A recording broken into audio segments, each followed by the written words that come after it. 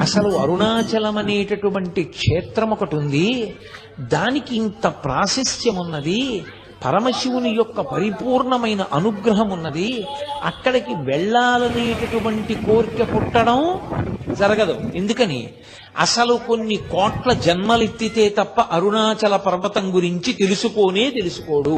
అరుణాచల వైభవం అన్న మాట వినడు. కాబట్టి పక్కన పెట్టే విన్నాడు, అది మనసులో హత్తుకుని అరుణాచలంలోకి ప్రవేశిస్తానన్న మాట అన్నాడు పో, అహంకారం వదల్లేడు. ఏదో ఒకటి వెంట పెట్టుకుంటాడు.